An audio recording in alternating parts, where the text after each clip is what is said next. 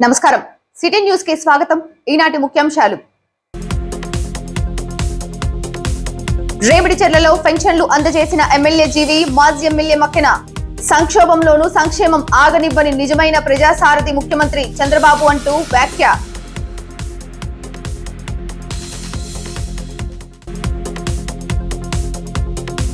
MBBS అభ్యసిస్తున్న విద్యార్థినికి ఆర్థిక సహాయం చేసిన శాంతి ఆశ్రమ ట్రస్ట్ సభ్యులు।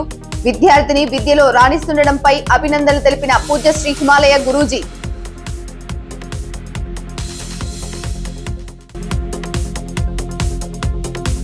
పేర్లపాడులో పొలం పిలుస్తోంది కార్యక్రమంలో మాజీ ఎమ్మెల్యే మక్కెనతో కలిసి పాల్గొన్న ఎమ్మెల్యే జీవి, జగన్ పాలనలో రైతుల ఆత్మహత్యలే జరిగాయని ఆరోపణలు।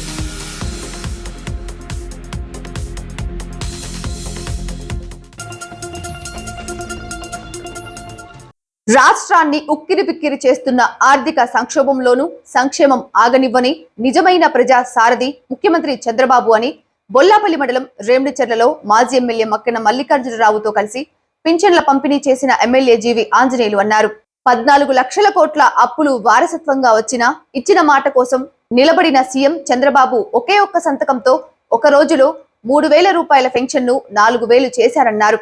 విభిన్న ప్రతిభావంతులకు 3000 పెన్షన్ను 6000 చేశారని, దీర్ఘకాలిక వ్యాధులతో మంచానికే పరిమితమైన వారికి, శాశ్వత అంగవైకల్యం ఉన్నవారికి 15000 పెన్షన్ ఇచ్చి ఆ కుటుంబాలను ఆదుకున్నారని తెలిపారు। ఉచిత గ్యాస్ మీ అందరికి అందించబోతున్నారని మనం చేస్తున్నా। అలాగే బస్సులు ఉచిత బస్సు ప్రయాణం ఇవ్వడం కోసం సుమారు 1500 బస్సులు కొనుగోలు చేయమని, కొత్త బస్సులు కొనమని, మహిళలందరికీ ఉచిత బస్సు ప్రయాణం ఇవ్వమని చెప్పి చంద్రబాబు గారు ఆదేశించారని మీ అందరికి నేను మనవి చేస్తున్నా। మీ అందరికి మాట ఇస్తున్నా, ఖచ్చితంగా ఎస్సీలకు, ఎస్టీలకు, బీసీలకు ఈ గ్రామంలో ప్లేసులు గుర్తించి ప్రభుత్వం ద్వారా కొని మంచి కాలనీలు ఎన్టీఆర్ కాలనీ వేస్తామని సందర్భంగా మీ అందరికి మనవి చేస్తున్నా। ఎన్టీఆర్ కాలనీ ద్వారా పేదలకి 3 సెంట్లు, ఏదో సెంటున్నర ఇస్తే సరిపోదు, అందుకని 3 సెంట్లు స్థలం ఒక్కొక్కరికి ఇచ్చి పేదలు చక్కగా ఇల్లు కట్టుకుని సంతోషంగా ఉండే విధంగా కృషి చేస్తానని మనవి చేస్తున్నా।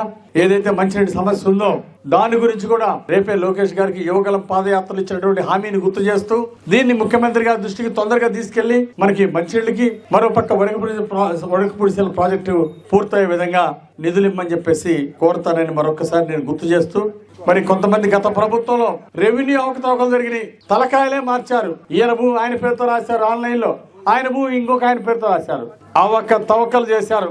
నిజమైనటువంటి హక్కున్నదారులకి అన్యాయం జరిగింది కొన్ని చోట్ల।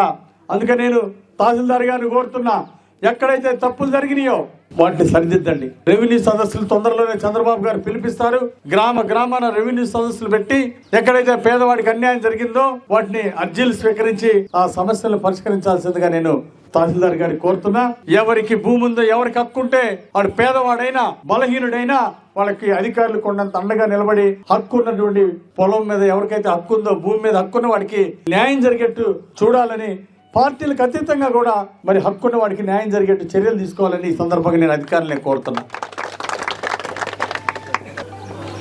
విభిన్న ప్రతిభావంతులకి అంటే వికలాంగులకి 3000 నుండి 6000 చేశారు, ఏకదమ్మున డబల్ చేశారు పెన్షన్।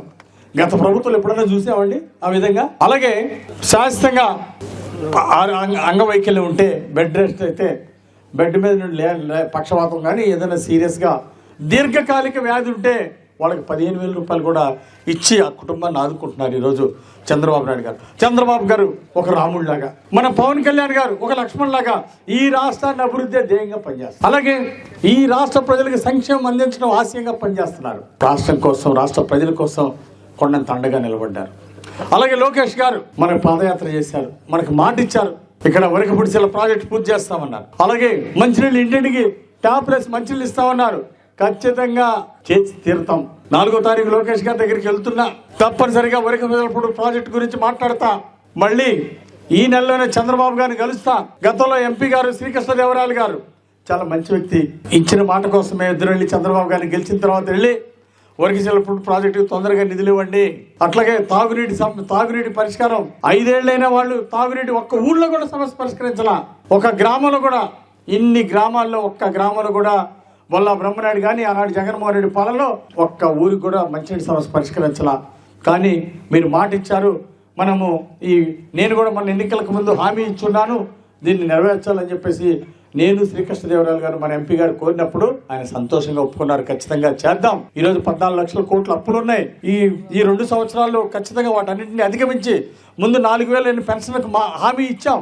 అలాగే ఆడబిడ్డలకు ఉచిత గ్యాస్ అని చెప్పాం. అది రేపు దీపావళి నుండి ఉచిత గ్యాస్ ఇవ్వాలి అందరికీ అని చెప్పి చంద్రబాబు గారు చెప్పారు. ప్రజలకు సేవ చేయడానికి ఈ జన్మలో చంద్రబాబు గారి నాయకత్వంలో ఒక ఎమ్మెల్యే గాను, అలాగే ప్రజలకు సేవ చేయడానికి ఒక గ్రామ సర్పంచ్ గాను, ఈ విధంగా ఈ జన్మలో సేవ చేసుకోవాలంటే, ప్రజలకి అందుబాటులో ఉండి మెరుగైన సేవలు చేయాలంటే చంద్రబాబు గారి ప్రభుత్వంలో పనిచేయాలి. ఈరోజు చంద్రబాబు గారి ప్రభుత్వంలో ఒక ఎమ్మెల్యే చేస్తున్నానంటే ఇది నేను గర్వపడుతున్నా, చాలా సంతోషపడుతున్నా.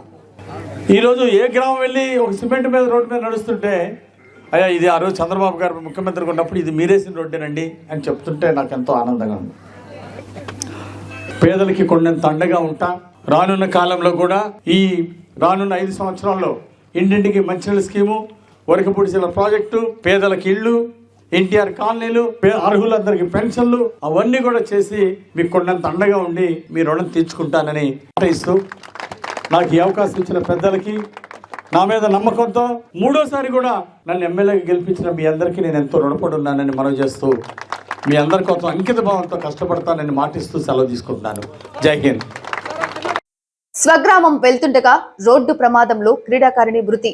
స్కూల్ గేమ్స్ ఫెడరేషన్ ఆధ్వర్యంలో వినుకొండ లయోలా పాఠశాలలో నిర్వహించిన పోటీలు ముగింపు అనంతరం రోడ్డు ప్రమాదంలో క్రీడాకారిణి మైథిలి మృతి చెందింది. ప్రకాశం జిల్లాకు చెందిన క్రీడాకారిణి మైథిలి సోమవారం రాత్రి పోటీల అనంతరం స్వగ్రామానికి వెళుతూ ఒంగోలు దాకా వెళ్లి అక్కడి నుండి ద్విచక్ర వాహనంపై వెళుతుండగా వెనుక నుండి వస్తున్న లారీ ఢీకొనడంతో క్రీడాకారిణి మైథిలి మృతి చెందింది. మైథిలి మృతి అటు క్రీడాకారులను ఇటు కుటుంబ సభ్యులను విషాదాన్ని మిగిల్చింది. రాష్ట్రంలోని మున్సిపాలిటీలలో వివిధ కేటగిరీలో పనిచేస్తున్న కార్మికులకు కేంద్ర ప్రభుత్వం ప్రతిపాదించి ఆమోదించిన కనీస వేతనాలను వెంటనే రాష్ట్ర ప్రభుత్వం అమలు చేయాలని ఏఐటియుసి మాజీ జిల్లా కార్యవర్గ సభ్యులు మారుతి వరప్రసాద్, ఏఐటియుసి నియోజకవర్గ కార్యదర్శి బూదాల శ్రీనివాసరావు స్థానిక మున్సిపల్ కార్యాలయ ఆవరణలో జరిగిన ధర్నాలో రాష్ట్ర ప్రభుత్వాన్ని కోరారు. రాష్ట్రంలోని మున్సిపాలిటీలలో వివిధ కేటగిరీలలో పనిచేయుచున్న ఇంజనీరింగ్, పారిశుద్ధ్య కార్మికులు అనేక దశాబ్దాలుగా కనీస వేతనాలు అమలుకు నోచుకోక పోరాటాలు చేస్తున్న రాష్ట్ర పాలకులు కుంటి సాకులు చెప్తూ తీవ్ర జాప్యం చేస్తున్నారని వారు విమర్శించారు. రాష్ట్రంలో అనేక సార్లు వరదలు, తుఫాన్లు సంభవించినప్పుడు కష్టకాలంలో పనిచేసిన కార్మికులు తమ ప్రాణాలను సైతం లెక్క చేయకుండా పనిచేసిన వారికి కనీస వేతనాలను అందించడం రాష్ట్ర ప్రభుత్వ బాధ్యతని వారు అన్నారు. పూజ్యశ్రీ హిమాలయ గురువు దివ్య ఆశీస్సులతో శాంతి ఆశ్రమం ట్రస్టు వినుకొండ ఆధ్వర్యంలో ఏలూరు గవర్నమెంట్ మెడికల్ కాలేజీలో 2వ సంవత్సరం ఎంబీబీఎస్ విద్యను అభ్యసిస్తున్న దూలిపాళ్ల గ్రామం సత్తెనపల్లి మండలానికి చెందిన కానుగుల పూజితకి కన్నెగండ్ల అనంత కోటేశ్వరరావు, సువచ్చలదేవి దంపతులు ఆర్థిక సహాయం 2వ సంవత్సరం కాలేజీ ఫీజు 25,000 రూపాయలను అందజేశారు. ఇక హాస్టల్ ఫీజు 7,000 రూపాయలు ట్రస్ట్ ద్వారా అందజేసినట్లు కోటేశ్వరరావు తెలిపారు. కాగా గత ఏడాది మొదటి సంవత్సరం కాలేజీ ఫీజు 25,000 రూపాయలు, హాస్టల్ ఫీజు తామే అందజేశామని తెలిపారు. మొదటి సంవత్సరం ఫలితాలలో ఫస్ట్ క్లాస్ లో పాస్ అయిన కానుగుల పూజితను గురూజీతో పాటుగా పలువురు అభినందించారు. బాలులతో పాటు బాలికలను కూడా క్రీడల్లో ప్రోత్సహించడంతో పథకాలు సాధిస్తున్నారని, క్రీడల్లో పథకాలు సాధించిన విద్యార్థులను ప్రోత్సహిస్తూ చేసిన సన్మాన అభినందన కార్యక్రమంలో గుడ్చపట school principal G Lakshmi Sunitha ప్రకటనలో తెలిపారు. 28వ తేదీన చిలకలూరుపేటలో జరిగిన ఉమ్మడి గుంటూరు జిల్లా బాస్కెట్బాల్ అండర్ 14-17 19 జట్ల సెలక్షన్ లో గుడ్చపట స్కూల్ విద్యార్థులు గుంటూరు జిల్లా టీం కి 6, 30వ తేదీన నర్సరావుపేటలో మున్సిపల్ బాలికల పాఠశాలలో నిర్వహించిన జిల్లా బాలికల జట్టు సెలక్షన్ లో 3 విద్యార్థులు ఎంపికయ్యారని ప్రిన్సిపల్ లక్ష్మీ సునీత తెలిపారు.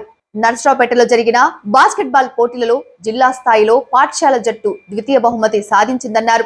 క్రీడాకారుల అభినందన కార్యక్రమంలో 7 లక్షల రూపాయలతో ఉన్నత ప్రమాణాలతో బాస్కెట్బాల్ కోర్టును గుడ్చపట్ పాఠశాలలో ఏర్పాటు చేశామని, బాలులతో పాటు బాలికలు కూడా క్రీడల్లో ప్రోత్సహిస్తున్నామన్నారు. చదువులలో మానసికంగా ఒత్తిడిని ఎదుర్కొంటున్న విద్యార్థులకు క్రీడల ద్వారా ఉత్సాహం, ఉల్లాసం పెరుగుతుందని, ప్రతిరోజు విద్యార్థులు క్రీడల్లో పాల్గొనాలని ప్రిన్సిపల్ సూచించారు. తమ పాఠశాల నుండి విద్యార్థులు క్రీడాంశాలలో జిల్లా జట్టుకు వివిధ క్రీడాంశాలలో పోటీ పడి ఎంపికవుతున్నారన్నారు. డైరెక్టర్ ఇన్నారెడ్డి, మంజుల, కిరణ్ కుమార్ రెడ్డి, ఉపాధ్యాయులు, పాఠశాల సిబ్బంది, తల్లిదండ్రులు క్రీడల్లో రాణించిన విద్యార్థులకు అభినందనలు తెలిపారు. గడిచిన 5 ఏళ్ల వైకాపా పాలనలో రాష్ట్రంలో రైతులకు ఆత్మహత్యలు తప్ప ఒరిగిందేంటని బొల్లాపల్లి మండలం పేర్లపాడులో పొలం పిలుస్తోంది కార్యక్రమంలో పాల్గొన్న మాజీ ఎమ్మెల్యే మక్కెన మల్లికార్జునరావుతో కలిసి పాల్గొన్న ఎమ్మెల్యే జీవి ఆంజనేయులు సూటిగా ప్రశ్నించారు. జగన్ ప్రభుత్వంలో ఏడాదికి 1100 మంది రైతులు ఆత్మహత్యలు చేసుకున్నారని, అప్పుల పాలయ్యారని ఆవేదన వ్యక్తం చేసిన ఆయన ఆ పరిస్థితి మార్చాలని ప్రజాప్రభుత్వం లక్ష్యంగా పెట్టుకుందన్నారు. గ్రామ సమీపంలో సాగు చేస్తున్న మిరప పంటను పరిశీలించారు. డ్రోన్ ద్వారా మిరప పంటకు మందుల పిచికారీ చేశారు. ఎమ్మెల్యే జీవి స్వయంగా డ్రోన్ ను ఆపరేట్ చేశారు.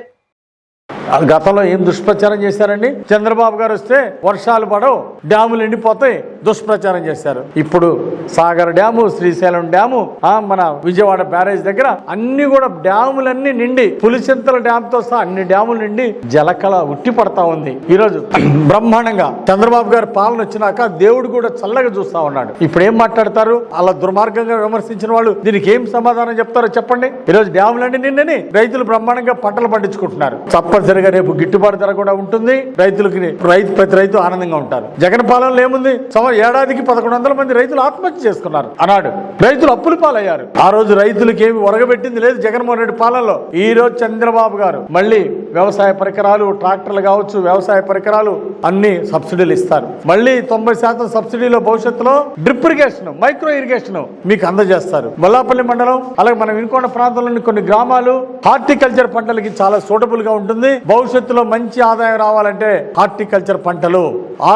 ఆ విషయంలో వరి పండించుకుంటే తక్కువ ఆదాయం వస్తుంది, ఏ పంటలు పండించుకుంటే ఎక్కువ ఆదాయం వస్తుంది. హార్టికల్చర్ పంటల్లో మన ప్రాంతానికి సూటబుల్ అయిన ఏమనేది రైతు సోదరులు కూడా గుర్తించాలి. అగ్రికల్చర్ ఆఫీసర్లు కూడా మీ సాయిల్ టెస్టులు చేసి మీరు ఏ పంటలు పండించుకుంటే మంచి ఆదాయం వస్తుందో కూడా చెప్తారు. మన హార్టికల్చర్ ఆఫీసర్స్ కూడా దాన్ని హార్టికల్చర్ ఆఫీసర్ సలహాలు, మీరు పంటలు పండించేటప్పుడు వ్యవసాయ అధికారులు సలహాలు తీసుకొని మంచి దిగుబడులు సాధించాలని నేను రైతు సోదరులందరినీ కూడా నేను కోరుకుంటున్నాను. అట్లాగే ఈ క్రాప్ బుకింగ్ కూడా చేయడానికి మన వాళ్ళందరూ కూడా సంసిద్ధంగా ఉన్నారు. అగ్రికల్చర్ ఆఫీసర్స్ అందరూ కూడా ఈ రోజు పంట బీమా జగన్మోహన్ రెడ్డి పాలనలో పంట బీమా కూడా చెల్లించలేదు. రైతులకు ఎన్నో మాయమాటలు చెప్పారు.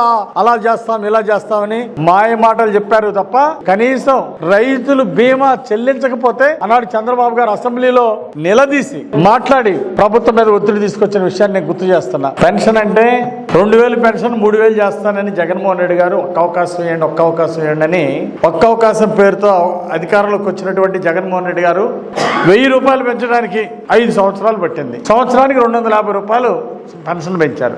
నేడు చంద్రబాబు గారు 3000 పెన్షన్ 4000 చేస్తానంటే ఒకే ఒక రోజులో ఒక సంతకంతో 3000 పెన్షన్ 4000 చేశారు. ప్రతి పేదవాడికి, వృద్ధులకి, వితంతువులకి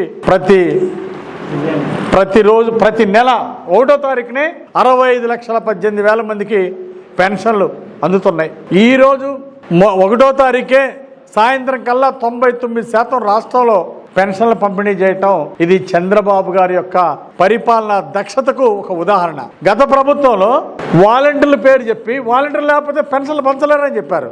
వాలంటీర్లకి జీతాలు ఇచ్చారు. జీతాలు ఇచ్చినా 5వ తారీఖు వచ్చిందో తెలియదు, 6వ తారీఖు వస్తుందో తెలియదు, కళ్ళు కాయలు కాసేట్టు ఎదురు చూడాల. రోజుల తరబడి పెన్షన్లు పెంచేవాళ్ళు. కానీ ఈరోజు ఉదయం 6 గంటలకు వచ్చి తలుపు తట్టి పెన్షన్ అందజేస్తా ఉన్నారు.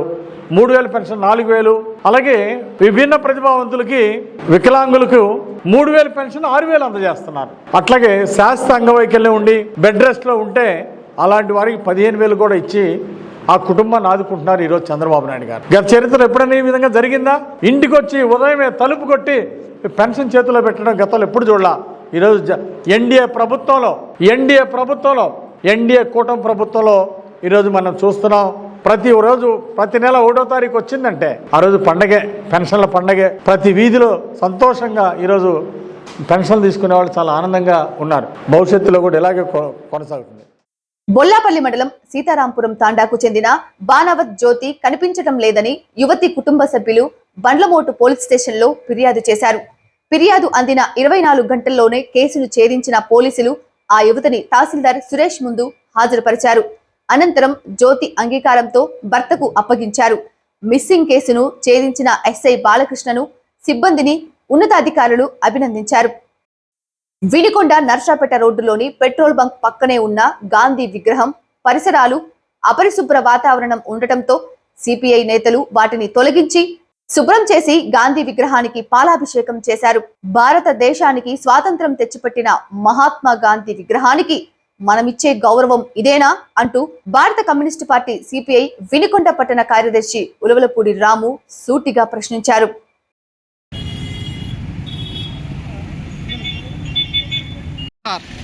వినుకొండ నియోజకవర్గ ప్రజానీకానికి విజ్ఞప్తి, మనకి స్వాతంత్రం తెచ్చిన మహాత్మా గాంధీ గారు రేపు జయంతి, అంటే అక్టోబర్ 2వ తేదీన ఆయన జయంతి రేపు ఉండగా వినుకొండలో పెట్రోల్ బంకు పక్కన ఉన్న గాంధీ విగ్రహం చుట్టూ కూడా అపరిశుభ్రత, తడికలు, కర్రలు, చెత్త మొత్తం కూడా వేసి గాంధీ గారిని అపవిత్రం చేశారు. మనకి స్వాతంత్రం తెచ్చిన నేతలకి మనం ఇచ్చే గౌరవం ఇదేనా? మనకు స్వేచ్ఛ స్వాతంత్రంతో ఈరోజు మనం హాయిగా బతుకుతున్నాం అంటే ఆ మహానుభావులందరూ వాళ్ళు చేసిన త్యాగాల వల్లే మనకు స్వాతంత్రం వచ్చి మనకు నచ్చిన బట్ట నచ్చిన తిండిని ఈరోజు తినగలుగుతున్నాం. అలాంటి నేతల్ని గౌరవించుకోవడం చేత కానీ అసమర్థులు, వాళ్ళ వల్ల జాతీయ నేతలకు కలంకం కలుగుతుంది. కొంతమంది జాతీయ నేతల పేర్లు పెట్టుకుంటారు, వాళ్ళ పేర్లు చెడగొట్టడానికి. పెట్టుకునే పేరు ఏమన్నా జాతీయ నేత పేరు, చేసే ఏమన్నా అన్ని తప్పుడు పనులు. ఇక్కడ గాంధీ విగ్రహాన్ని ఏర్పాటు చేసి ఇవన్నీ ఇటు పక్క కుబ్బర బొండాలు, వెనక బైకులు, వీటన్నిటికీ అద్దెకించుకున్న మహానుభావులకి మేము ఒకటే విజ్ఞప్తి చేస్తున్నాం, రేపు గాంధీ జయంతిలోపు ఇవన్నీ తొలగించి మీరు గిన చేయకపోతే మీ ఇంటికి వచ్చి మీకు జయంతి చేస్తామని భారత కమ్యూనిస్టు పార్టీ సిపిఐగా మిమ్మల్ని హెచ్చరిస్తున్నాం. స్వాతంత్ర సమరయోధులకు ఇచ్చే గౌరవం ఇదేనా? దీనిపైన కూడా అధికారులు వెంటనే చర్య తీసుకొని పెట్రోల్ బంకు దగ్గర ఉన్న గాంధీ విగ్రహానికి. సిటీ న్యూస్ ఇంతటితో సమాప్తం. తిరిగి రేపటి సిటీ న్యూస్ లో మళ్ళీ కలుద్దాం. అంతవరకు సెలవు, నమస్కారం.